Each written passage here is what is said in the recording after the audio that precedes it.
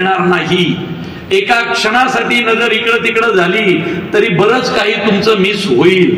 त्यामुळं पॉपकॉर्न खायची मुभा नसेल इतकं चित्रपट तुम्हाला गुंतून ठेवेल. चित्रपटाचा इंटरव्हल, चित्रपटाचा शेवट खूप काही सांगून जाईल आणि मला नाही वाटत भाग 2 झाल्यानंतर ही गोष्ट संपेल. कारण कसं आहे, दिघे साहेब खूप वेगळं आयुष्य जगलेले आहेत. व्यासपीठावर ज्यांची प्रतिमा आहे त्या गुरुवर्य धर्मवीर आनंद दिघे साहेबांना नमस्कार. आणि व्यासपीठावर ज्यांनी भारतीय चित्रपट सृष्टी जिवंत ठेवली त्या सगळ्या मान्यवरांनाही नमस्कार. चित्रपट बनवणं सोपं आहे, त्याच्याबद्दल बोलणं थोडं अवघड आहे. पण धर्मवीर आनंद दिघे साहेबांवर चित्रपट बनवणं सोपं नव्हतं. कारण दिघे साहेब जे आयुष्य जगले त्यातला रोजचा दिवस हा चित्रपटाचा विषय. दिघे साहेबांबरोबर जगलेली, चाललेली, काम केलेली अनेक माणसं त्यावर दोन्ही बाजूला आहेत. तर अशा दिघे साहेबांना पडद्यावरती आणताना खूप मोठं दडपण होतं, पण ते दडपण पार पडलं. ते त्यांच्याबरोबर जी माणसं आयुष्य जगली त्यांच्याबरोबर प्रत्यक्ष मुलाखती करताना 168 तासांचं ऑडिओ माझ्याकडं आहे. ते पहिल्या भागासाठी होतं. पहिला भाग इतका यशस्वी झाला, मराठी चित्रपट रसिक प्रेक्षकांनी अक्षरशः चित्रपट डोक्यावर घेतला. Record break box office collection झालं आणि चित्रपट महाराष्ट्राच्या घराघरात पोहोचला. त्यानंतर चित्रपटाचा दुसरा भाग करायचं ठरलं.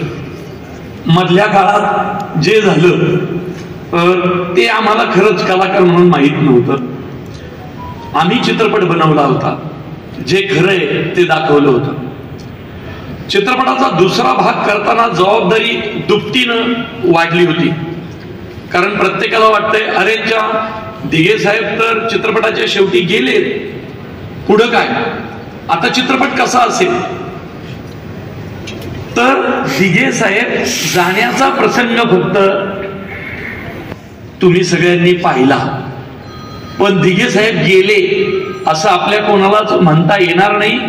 कारण दिघे साहेब आजही आपल्यातच आहेत आणि हे कित्येकदा माननीय मुख्यमंत्री साहेबांच्या तोंडून आम्ही स्वतः ऐकलेले.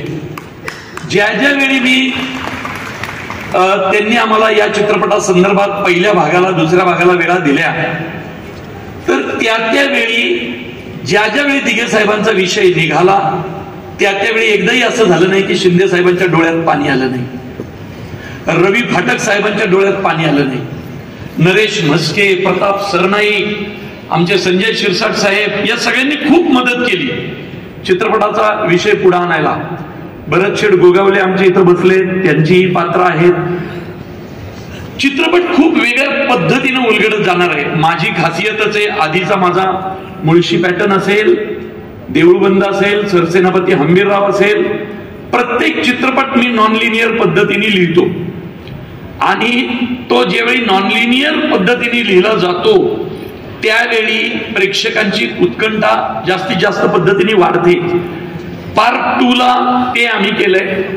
पहिल्या भागात दिघे साहेब गेले, सगळ्यांनीच त्यांचा एक चरित्रपट पाहिला 3 तासाचा, पण 3 तासात मावेल एवढं छोटं आयुष्य दिघे साहेबांचं नव्हतं.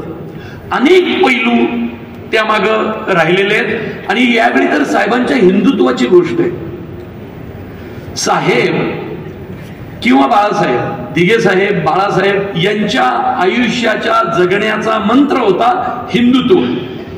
आणि ते हिंदुत्व कधी कोणापासून लपून राहिलेलं नव्हतं. ते किती प्रखर होतं हे सगळ्यांनीच पाहिलेलं आहे. तर ती गोष्ट यावेळी तुम्हाला या चित्रपटात पाहायला मिळेल. आणि एकदम तुम्ही ट्रेलर पाहिलाय, ट्रेलर असतो. चित्रपट म्हणजे पोराचे पाय पाळण्यात दिसतात, तसे चित्रपटाचे पाय ट्रेलर मध्ये दिसतात. आणि ट्रेलर तुम्ही पाहिलाय, जितका धगधगता ट्रेलर आहे तितकाच दगदगता प्रत्येक मिनिट या चित्रपटामध्ये तुम्हाला पाहायला मिळेल. एक सेकंद सुद्धा चित्रपट पाहताना उसंत मिळणार नाही. एका क्षणासाठी नजर इकडं तिकडं झाली तरी बरंच काही तुमचं मिस होईल. त्यामुळं पॉपकॉर्न खायची मुभा नसेल इतकं चित्रपट तुम्हाला गुंतून ठेवेल. चित्रपटाचा इंटरव्हल, चित्रपटाचा शेवट खूप काही सांगून जाईल आणि मला नाही वाटत भाग 2 झाल्यानंतर ही गोष्ट संपेल. कारण कसं आहे, दिघे साहेब खूप वेगळं आयुष्य जगलेले आहेत आणि त्यांचं जगणं दाखवणं, ज्यांनी ज्यांनी दिघे साहेबांवर प्रेम केलं, ज्यांनी ज्यांनी हिंदुत्वावर प्रेम केलं, ते आमच्या सगळ्यांचं कर्तव्य आहे. आज बमन इराणी सर इथे आहेत, मला इतका आनंद होतोय. मी सुद्धा थिएटरचा माणूस आहे. मी 20-22 वर्ष थिएटर केलंय आणि बमन इराणी सरांचं 2001 साली मी ऍक्टिंगचं वर्कशॉप केलं होतं. ही सगळी एवढी मोठी माणसं इथं आहेत. पुनीत गोयंका सर इथं आहेत. आमच्या सगळ्या चित्रपट सृष्टीला म्हणजे गोयंका सरांचा हातभार किंवा त्यांच्या चॅनलचा मराठी माणसाला किती आहे मी शब्दात सांगू शकत नाही. सर, आज आमच्या बऱ्याचशा मराठी कलाकारांची, लेखक दिग्दर्शकांची करिअर ही तुमच्या त्या मराठी चॅनलमुळे आहे. त्यामुळे मित्रांनो, तयार राहा. माझे सगळे कलाकार इथं आलेत, मला बरं वाटलं. माझे सर्व चित्रपटांचे निर्माते आमचे कैलास वाणी साहेब पण इथं आले, देऊळबंदचे.